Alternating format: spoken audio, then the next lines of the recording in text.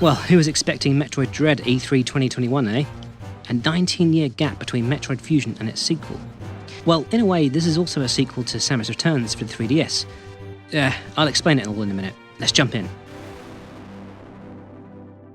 Obviously, this video will be filled with spoilers for Metroid Dread, so watch at your discretion. In a way, I want this to be a sort of DLC, if you will, to my original animation of Samus video, which you can check out here before you watch this, if you like.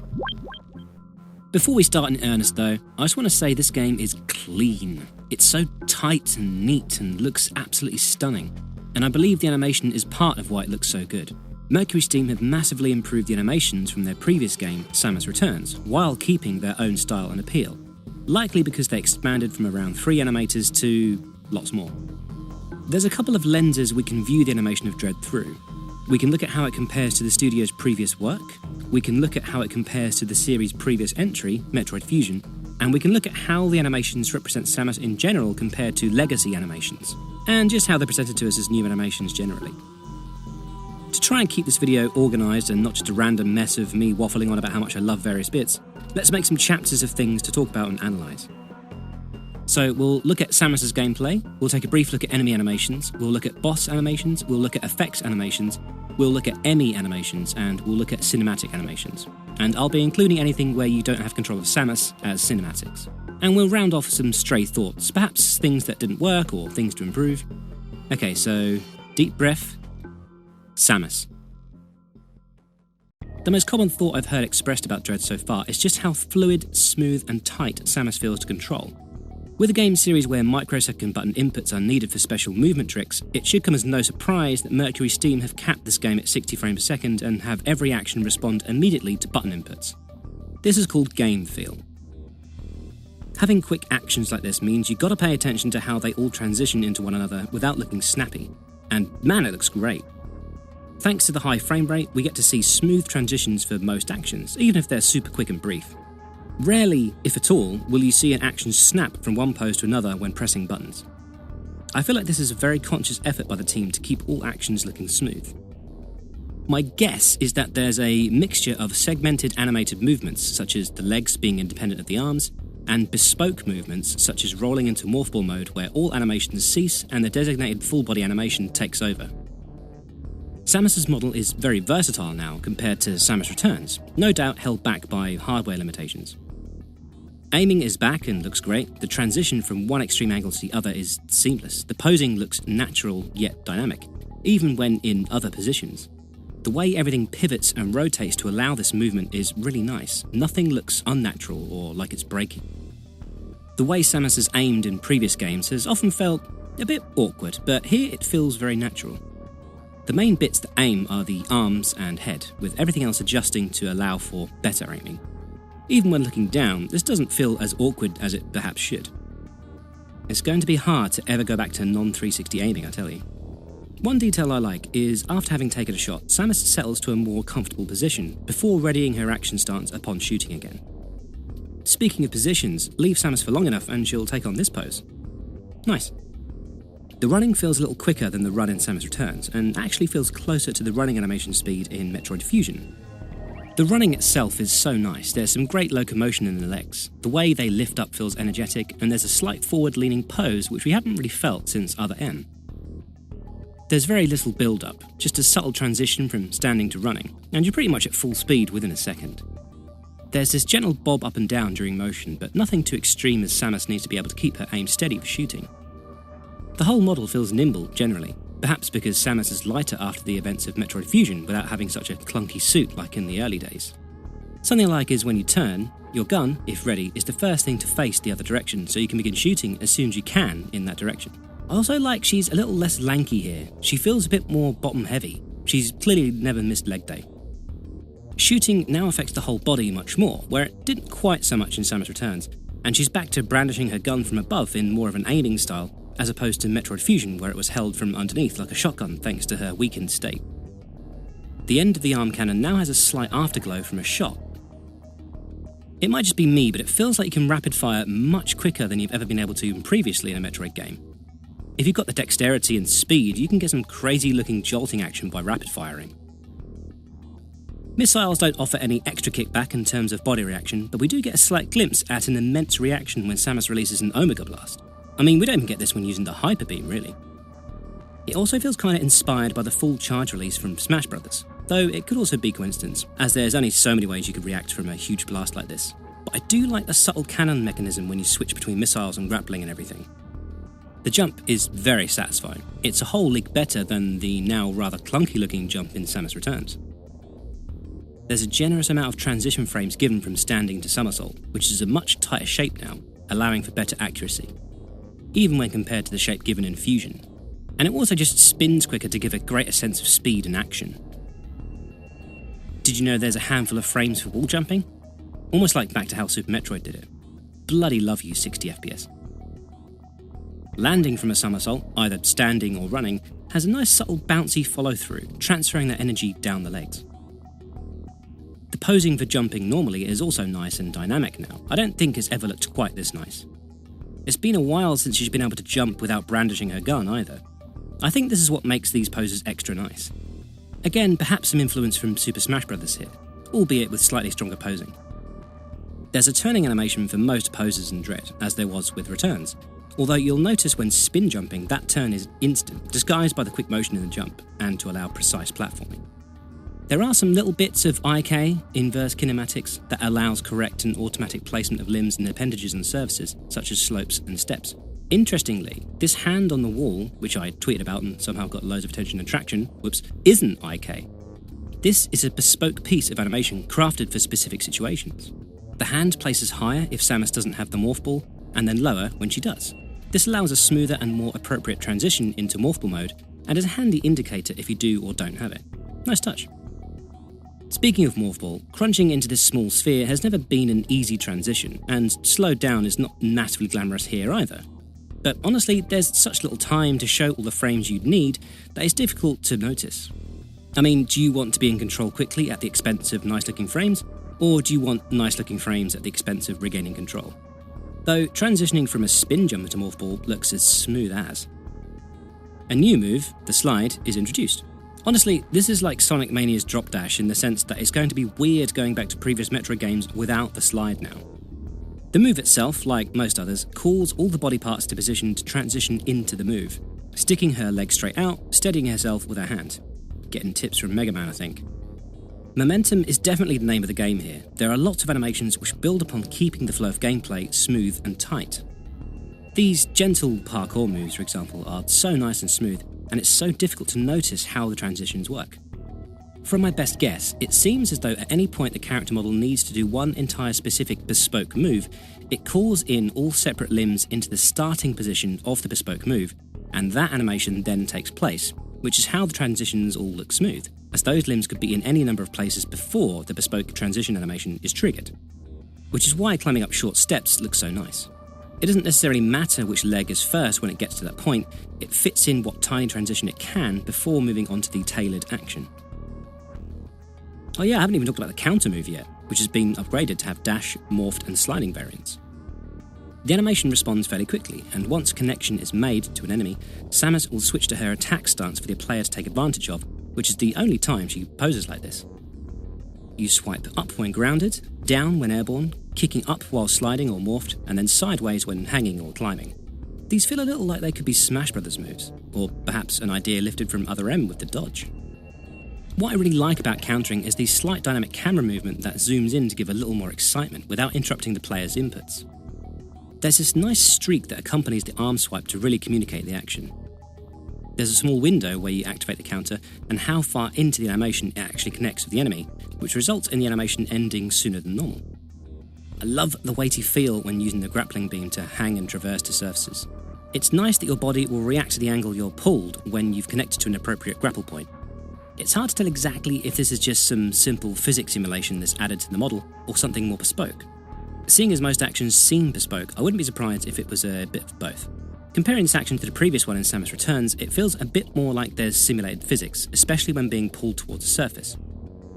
I wouldn't be surprised if these older animations were bespoke for one direction and just rotated. I love this bit where you pull on a grapple block, your legs twist face towards us to give Samus a better grip, and her whole body twists. Really nice. It's a reworking of that same animation from Samus Returns, just with a bit more weight. Also, this pose to pull a grapple door feels similar to the Omega Blast. Moving through water is really interesting. It's not just slower because of more friction, you can actually see the added weight in running. Where there's a bouncy motion normally on the whole body, you can now see that the body almost stays completely horizontal and the legs are merely pushing you forward, like how you might sometimes run in a dream. Love these bubbles too. The spider magnet is, I guess you could call, this game's spider ball, but at the same time carrying on the ladder climbing animations from Fusion, though with much more dexterity, such as pulling your legs up out of reach of enemies and EMMIs. And I particularly like this complicated looking corner turn when climbing here. Lovely stuff. Oh yeah, so the ledge grab is back from Fusion and Returns, and you have your normal version, and I think a quicker version depending on how quickly you're mashing that jump button to pull up. Blimey, we haven't even talked about the Phantom Cloak power-up yet. This forces Samus into stealth mode, accompanied by appropriate stealthy animations akin to the slower sections of Metroid Other M, and maybe even slower movement in Smash Bros. And like I mentioned before, snapping into cloak mode requires the cease of all current animations and calling all limbs to the starting position of the next action in stealth mode. It's all pretty clever. Then we've got special moves like the Flash Shift, which is my favourite upgrade, and it looks fantastic. It's a great combo of solid dynamic posing and strong visual effects, leaving this after image of Samus and cool action lines depicting her movement. And the Speed Booster, which initiates using a dedicated run button. Hang on. Or perhaps there could be a designated run button again, mapped just for speed boosting or barging. There could be a cool transition from run to sprint and back again. This could well work in a 2D platformer or first person. Huh, wonder if Mercury Steam used my video. Once at full speed, Samus leans forward more and really pumps those arms, using the back boosters in the same way Other M did, with the whole animation going by at a much faster rate. And then obviously you've got these great crouching and launching poses, which you can do in 8 directions, even down. I don't think we've ever been able to Shine Spark down before. Once you initiate the launch, the back boosters give a large pulse, Samus gently floats in the air with the camera shaking and the energy lines gliding up alongside the launch area, really building up the anticipation. This is also your window to pick your launch direction. Then once the direction has been set, she lifts her arms up and back along with her legs, ready to push away, almost as though an Olympic swimmer would when pushing away from the side of the pool. And then there's barely a transition from that pose into the next, with these great distortion lines pulsing during the move. Upon impact, she casually pushes away from the wall, back into a falling pose. Okay, so I think we've got the point. Samus is animated nicely. It feels like a lot has been learned by the studio since Samus Returns, or at least they've been able to show what they can really do with the right hardware, workforce, and resource. They've kept her actions smooth, tight, visually dynamic and interesting, showing human movement during some superhuman actions, something I always thought that was a good direction to explore in my previous video. Most importantly, continue to emphasise her versatility and acrobatics. Show how strong she is with the things she can do in her suit and the speed in which she can do them. Damn, I tell you, I think they've watched this video. Smoothness is achieved through even the smallest of transition frames without feeling detrimental to feel the gameplay. Advancements have been made over legacy animations to keep her looking determined, strong, natural, and exciting. I won't spend too long here, otherwise we will literally be here all day, but suffice to say the enemies do exactly what's needed of enemies. They have decent telegraphing, no thanks to the counter indicators some have now. It's quick, but there's opportunities there to react. They're not too distracting. Organic enemies have some natural feeling flowing movement, some align themselves against Samus before attacking, some have fake-outs. Mechanical enemies have this robotic, snappy movement, and the later X-Parasite enemies add some real aggression. I think all enemies have a turnaround animation, as you'd expect from a game like this. Bigger ones take time to turn, which is something that could be used to an advantage. But ultimately, they've got the right amount and style of animation needed for things that will be on screen for a comparatively short time, though repeatedly. Honestly, none of them stand out as being bad or anything, which means, as with many things in the creative scene, it's doing its job. You never tend to remember when a film is edited well, but you sure as heck remember when it's edited badly. But let's move up to the big boys, the bosses. These have had lots of love and care put into them. They're nice and detailed, there's some subtle movements that keep some from looking like looping idle character models, such as Phantom Cloak Boss, I don't remember names of bosses, shifting its feet around to steady its motion. Notice how its head, its weak spot, moves in these very particular patterns, being high and being low, the two common levels where your beam shots and missiles would likely travel. Many bosses also feel like they're rigged similar to Samus, in that different parts of the body can move independently, and then all body parts are called at once to initiate a set bespoke action into the next phase, where they're released and can act independently again. And of course, bosses give you plenty of opportunity to avoid their attacks in a fair way by telegraphing their movement, but integrated in a way that feels natural and not a "here I come" kind of way, such as Phantom Boss struggling to pull its tail off the ground, signifying you'll be able to access the weak spot again soon. And man, Kraid looks great. The way he reacts to being shot in the face feels really satisfying, having this spongy kind of bounce which nicely leads into him opening his mouth. The whole motion just feels satisfying to watch and make happen. You get to see his claws grow back once thrown as well. The claws fly through the air at convincingly slow rates, so you get a chance to shoot them, but they still have a sense of weight at the same time. And again, various parts feel like they're rigged differently. Each separate movement feels quite linear and orderly in fashion, such as the arms just remaining static until they swipe. But when you combine all these separate linear movements in a random order, then you get something that organically feels a bit more alive, rather than just waiting for the right visual cue to do something. Nothing particularly special to say about the underwater tentacle boss. It all seems like it's more linear, bespoke animation, nothing really out of the ordinary or eye-catching. Though I do like that it feels like a classic plant boss fight in Metroid games, but underwater. Nice little twist. The mechanical Torizo bosses move in a robotic way, with lots of line of sight going on with their limbs and such, so they can shoot Samus at the right angle. A lot of their movement is based on where Samus is, so when they stop dashing, they initiate attacks, where to aim, things like this. And as such, their movement is quite restrictive and mechanical. And I don't think it matters if there's any snapping between movements, as this feeds a bit more into their design. This contrasts the Chozo soldiers, who at first are stiff and rigid so they can be on guard, lining their attacks up nicely to attack Samus, and then, oh my word, their face splits apart. Now they're more wobbly and fluid-like, moving like a creature rather than an intelligent being. And I just hate this move with the black bile, and it does so much damage, and I hate it.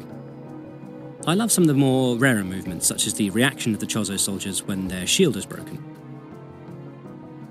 Ah man, the experiment boss. You first see it when it's dead, being experimented on in Dairon, I think. Then later on, when you release the X-Parasites, you'll probably get to notice that it's now disappeared, which should leave a pit in your stomach that it's been resurrected and is now on the loose. It's not quite the same feeling as, say, Nightmare from Fusion, but there's now a seed in your head that you're going to have to fight it soon. And, like most other bosses in this game, it's very much just one linear movement that follows another. You never really interrupt a boss's attacks. Hitting them merely has a distortion effect to signify a hit. Occasionally you can push it to the next phase, where the current animation ceases and it nicely moves into its reaction pose with some transition. There's nothing particularly special going on with any of the movement, other than it looks kinda seamless and there's some decent telegraphing with certain attacks. When it performs this laser attack along the floor, it stops randomly at certain points where it stops its projectile phase, stops to take a breath, then continues it. I imagine there's an animation to have it shaking while turning its head, which simply stops and moves to the breath animation and then just continues it along. The only time there's separate things going on is when the arms are clamped along the stage. These will respond separately to the head, which is merely following where Samus is on the stage. Also, there's this long pause once it finishes its wind move, no doubt in anticipation for someone to pull off a Shine Spark finishing move. I do love how this game has built-in speedrunning segments such as the Kraid quick bomb kill. The Storm Missile boss has a peculiar movement to it. It feels part organic, part mechanical, but maybe that's the intended appeal. It has this drone, machine-like quality. I don't know, it's weird, but I like it. It gives it some kind of exciting energy. But Ravenbeak, there's some exciting energy. Again, like Samus and many other characters, it seems as though all his animations are pretty straightforward. He has set actions which will respond to Samus's movement. His actions can't really be interrupted. He'll turn to face Samus, but it seems as though actions will happen regardless of Samus's damage to him. This is generally what allows them to be quite seamless, because they can happen at the pace the game wants them to happen. His poses are great though, really sharp, angular lines, some great exaggerated motions, nice subtle follow-through from heavy movements. While flying, it seems as though the wings are acting independently of body movements, as that would probably be quite intense to have an entire body animation for each action. Probably a lot easier to have the wings do their own thing. Also, one little thing I like is when Ravenbeak aims, he follows Samus, and his movements and readjustments are similar to when Samus does it. And it's a nice little detail, except he has to completely readjust his footing so he can really keep control of the power he's about to unleash, a little more reminiscent of the grapple pull. His moves are actually kind of similar to Samus's since his technology is the same. He has his own Shine Spark move, which he follows up with the same as Samus. He has a form of Flash Shift, and he has the Hyper Beam, which you actually end up stealing from him in a way. But yeah, just nicely done. I want to take a look at the effects in this game. I'm going to group a few things under effects, such as beams, bombs, hits, background environmental animations, all those sort of things. Dread does something which I really like, and that's mixing frame rates. The game itself runs at 60 frames per second during gameplay, but a lot of effects animations actually play at 30 frames a second, half of the game's speed. Some of these half-speed frame rates actually allow the rest of the game to run as smoothly as it does, such as some of the particle effects like water and lava. Some think it looks a tad odd, and it takes some getting used to, but effects such as repellent metal objects and the suit destruction look great at lower frame rates. It gives it a more handcrafted feel, in my opinion, and gives it a stylish appeal. The design language is clearly present in the art book that came with the special edition, and it really pays off. Nintendo have been getting better at effects stuff, especially in Smash, and Mercury Steam really complement this improvement. Explosions and lasers are done really nicely. The explosions I don't feel are as stylized in comparison to things like lasers, but they're still good. It's difficult to judge the balance because you want things to look nice, but you also don't want to obscure player view for too long, and you don't want to just fade things out cheaply like Star Fox Zero. I'm a little disappointed that the space jump still doesn't get its own cool special effect following on from Samus Returns, and particularly following on from Metroid Fusion. It's got a glow and a ripple effect, but I miss when it appeared as though Samus was spinning at high speeds with that smear effect. It makes the power-up a little less exciting. But the screw attack effect more than makes up for it. It's much more in line with Fusion and breaks away from the more reserved effect used in Samus Returns. It's got lots of electric particles, a nice cyan and pink colour scheme, interestingly at 60 frames per second to give it a nice sparky look, and leaves behind the occasional trail. It has quite a dangerous look to it, which I like. A tiny thing I like is how there's these hot glows on walls and ceilings when your beam hits them. I mean, that's simple stuff, it's just a random shape that's generated each time that simply fades away, but it's details like these which just keeps everything feeling immersive and cohesive. I quite enjoy the simple idea of enemies evaporating away when destroyed with this burning effect. It's simple, clear and consistent throughout, and reinforces the visual effect language in this game. It's quite interesting to note the change in X-Parasite appearance when morphing. The digital degradation from Fusion wouldn't have looked right as an effect in this game, so it's cool that they gave the X their own unique transformations, as well as keeping some of the classic motion from Fusion too. I'm not sure if I prefer Samus Returns door opening animations, particularly charge beam doors, or Dread's, but they managed to keep all door types looking different and interesting but adhering to that golden game design rule of feel first. These animations are pretty, but they're also quick. They need to be, they can't interfere with the flow and feel of the game. If they do, then that's a particular intention. Charge beam doors breaking as they open is a particular example.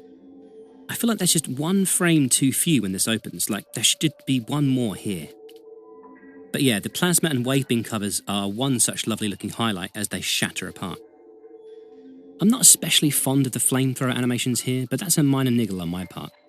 The particle system used to spread this fire animation is just a bit, a little dated perhaps.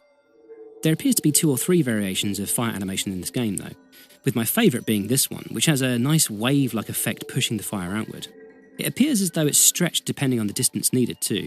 I'm a little unsure why they didn't use this effect throughout, but maybe it was to offer a variation. I'm also a little sad the wave beam doesn't actually wave like it used to anymore. Again, minor niggle. Each area in Dread looks fantastic. There's subtle environmental animations everywhere that cast its own personality. I think Berenia is my favourite area in the game. I love all the water effects, especially love the shoreline. I really enjoy this parallax feature in deep underwater.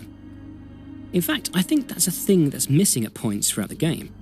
The game is certainly deep and beautiful, but only inwards. The rest of the stages themselves are often black with nothing in front. There are rare examples, such as the Chozo soldier in the foreground in Gavaran, which looks brilliant. I wish there were more sections like these, just a small bit of parallax in front of the stages as well as behind.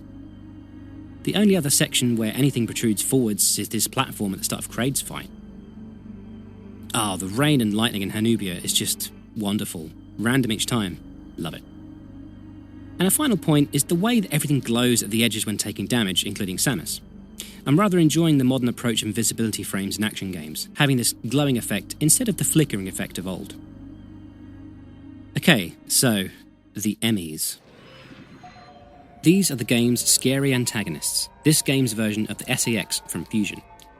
While there's some mixed feelings from fans whether they're as scary or scarier, there's no denying their movements are creepy and anxiety-inducing. And here's the thing, if you watch them in action, they seem so complicated that the only possible explanation is that there's some complex path-finding algorithm on each limb of an EMMI which works in tandem with the others to allow it to follow Samus and traverse its terrain with seemingly clever AI. But here's the deal, it's actually not that complicated. If you watch an EMMI, and I mean really watch an EMMI, everything is all still one action after another, with perhaps the smallest of transition blending. Like Samus, when a particular action is called, the current pose is halted, all limbs called into the starting position of the next action, and that action simply happens. Perhaps. And this sort of robotic stiff movement works in favour of the character design.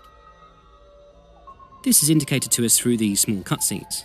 EMMIs are jittery, shifting insectoid machines with sliding moving parts that click together and pull apart.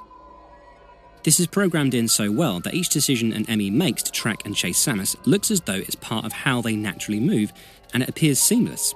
But you can see when an EMMI reaches corners and turns and approaches certain thresholds, there's a slight halt where you can see it calculating which animation to perform next. It has, from what I can make out, many variants of animations to choose from depending on the situation, but luckily because the EMMI areas are essentially a giant grid, you'll never see a slope you or the EMMI both need to traverse. EMMI's actions can be displayed convincingly and with ease. It only ever has to decide if it's moving forwards, upwards, downwards, through a tunnel, turning corners, leaping up, leaping down, leaping across, surveying, or turning around. And maybe a couple of others. But what I thought initially was some complex system of different moving parts to create this smooth, free-thinking mechanoid was actually lots of complex-looking animations to create this clever illusion. Even when it completely flips its orientation or reverses direction, that's still just a linear animation that's playing in order. It's interesting that the EMMIs never actually turn traditionally. They pretty much invert their body, just another way the animation looks a lot more complicated than it is. There are very subtle giveaway signs that this is all just linear action playing in order, but they are there. Bloody clever stuff, Mercury Steam. Also, I absolutely love the weight of how they drop once they've been deactivated. They feel very heavy, and you suddenly realise just how powerful they are for how quickly and nimbly they've been moving. The way that head just hits the floor almost instantly, it all just feels very nicely timed. Also, Mother Brain references. So here's where I think Metroid Dread really shines, and is the crowning jewel. It's the cutscenes. And when I say cutscenes, I'm referring to any time the player doesn't have control of Samus. So as well as story cutscenes, I'm also referring to things like getting into elevators and trains and teleports and using terminals.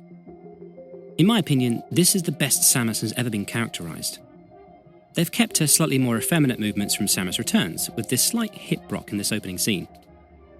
I find this amount to be just right, and isn't over the top, as this allows Samus to realistically retain her more action-oriented movements as well, such as all the acrobatics and stylish poses. The way the models are built for Samus in this game allows for much more dexterous movement, especially in the head and neck.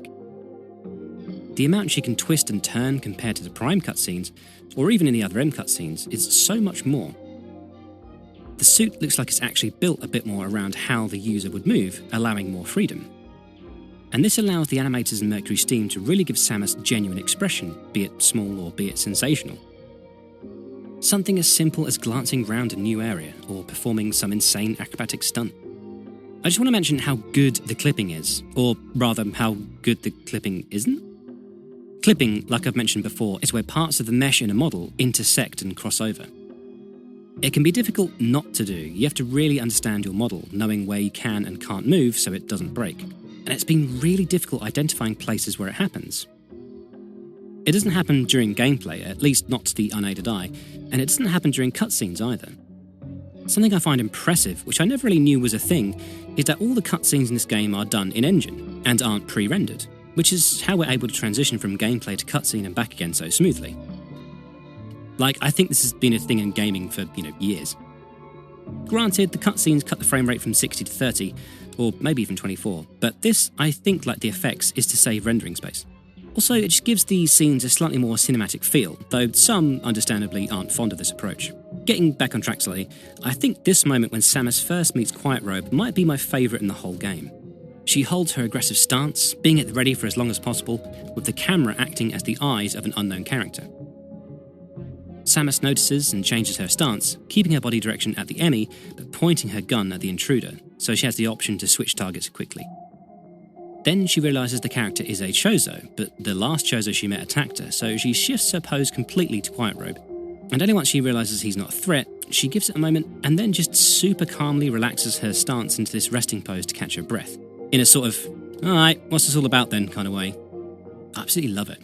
And this extra mobility the devs gave Samus doesn't just allow better expression, it also allows some nicely realised movement. For instance, what's the best way to get Samus up these steps? You want the game to progress at a nice pace, so she needs to get up there quickly. How would you get up these stairs? Some of us might do some super quick baby steps up each step. Some of us might do that thing where we clear 2 steps at a time, which is what Samus does to get up there hastily but not out of character. The shoulders raise up on each step to get that bit of extra lift to clear the steps, arms and legs acting opposite each other, and then a sort of final push up into the last step where the left arm and left leg move together, almost leaning on her knee to casually get to the top. So, as well as showing us some expression using the full model, how do you really express extra emotion from Samus? All we have to emote with is her eyes when in close-up, so that's what Mercury Steam work with. The amount of emotion they portray with so little is truly great stuff. It's difficult to get across what a character is thinking in the absence of a fully revealed face, but we do get to see Samus's eyes close up throughout, which is where we see her tiny emotional changes regarding to the developing story. A slight twinge of the eyebrows to perhaps signify a little calculating thought, or the widening of the eyes to show incoming tension, or the complete and utter collapse of any constraints to show the true emotional release of a character that has, by this point, eradicated 2 entire species of animal, destroyed 3 entire planets with a 4th incoming, blown up a handful of space stations, gone through a plethora of spaceships, and lost everyone she's ever been close to calling a friend or comrade. Now, I know not everyone loves interactive cutscenes, or quick-time events as they used to be known, and probably still are, but I love these. Because, like I mentioned earlier, cutscenes run in-engine using the same models, I assume, as the ones that run during gameplay, this means you can have some element of control during certain grab sequences, which is where you can counter-attack a boss. During these sequences, it's up to you to pummel the boss with missiles and beam shots, which means that has to happen in real time. So Samus only fires a missile or beam shot during this cutscene when you do, meaning she has to react whenever you press those buttons and not otherwise. So these things have to be controlled in the cutscene in real time. I don't know, I like it, and I feel it adds a fun element of immersiveness to the gameplay, and it feels satisfying to even counter a boss most of the time, so I find this is the reward. Also, the boss cutscenes are great. The way Samus initially raises her guard at this unknown enemy, and then just relaxes her entire body when she sees it's just Kraid, and just lodges a bolt down his throat. Business as usual.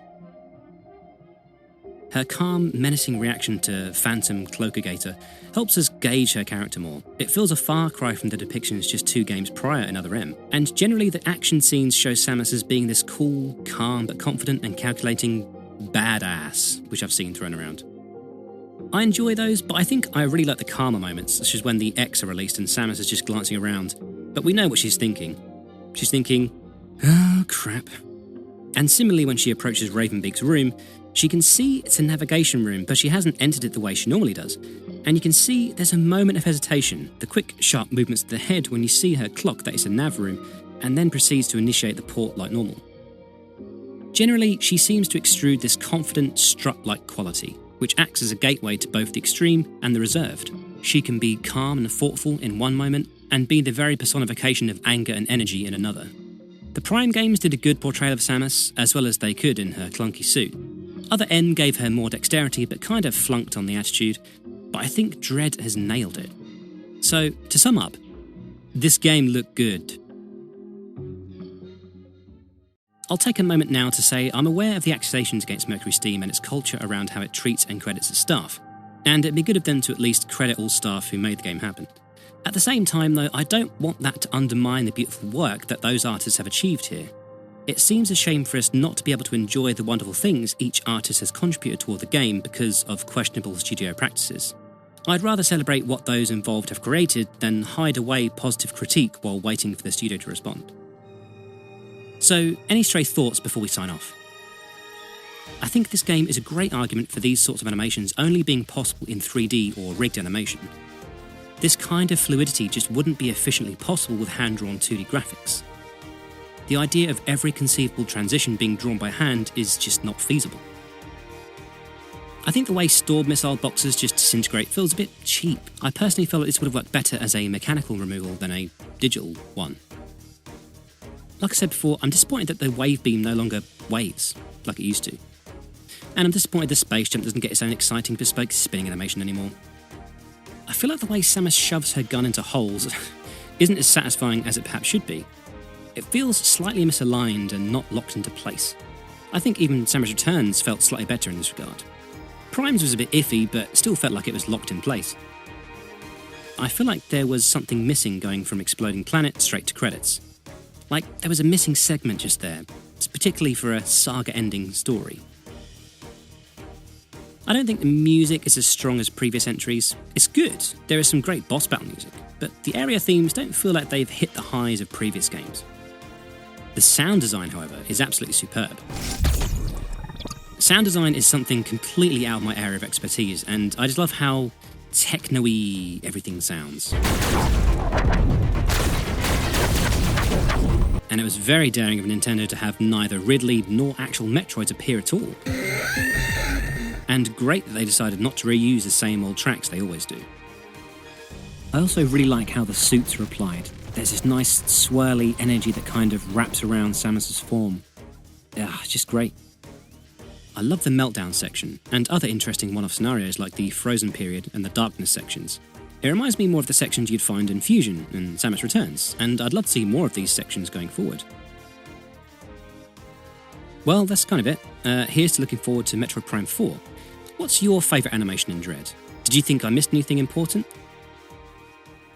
You may notice that there's been significant gaps between my videos lately. I'm working on a couple of my own games, as well as doing visual effects for some other games too, as well as my main freelance animation career and my animation lecturing job. Oh, and like spending time with my girls and all that. So I'm pretty busy. Me and Fire Sky Studios are attempting a hand-drawn fan remake of Mega Man for the Game Boy. And me and my coding buddy Jerry, under the guise of Gold Owl Games, are working on Attack on Starlight, a hand-drawn space shooter action platform. Who knows when I'll next make a video, but these videos are very generously supported by my patrons, as and when I release one, which is a fantastic help. Thank you. Look at them. There they are. Little James Burton there. Cheeky little GMTK right over there. Mainstays Ben Williams and Steve Dong right there. Critical Link spotted in the wild there. Amazing. Alright, catch you next time. Thanks for watching. Love you, bye. Robin, who's that? Samus. Do you love Samus? Yeah. What's your favourite Samus? Love Samus. What colour's her suit there? Blue. But what's your favourite colour suit of hers? Yellow. Not yellow. Orange. Orange. Yeah. Yeah. What's your favourite Samus? The old Samus?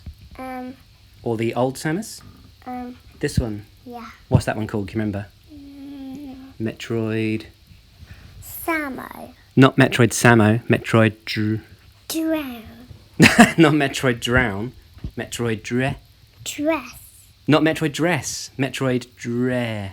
Dread. Yeah. Do you love Metroid Dread? Yeah?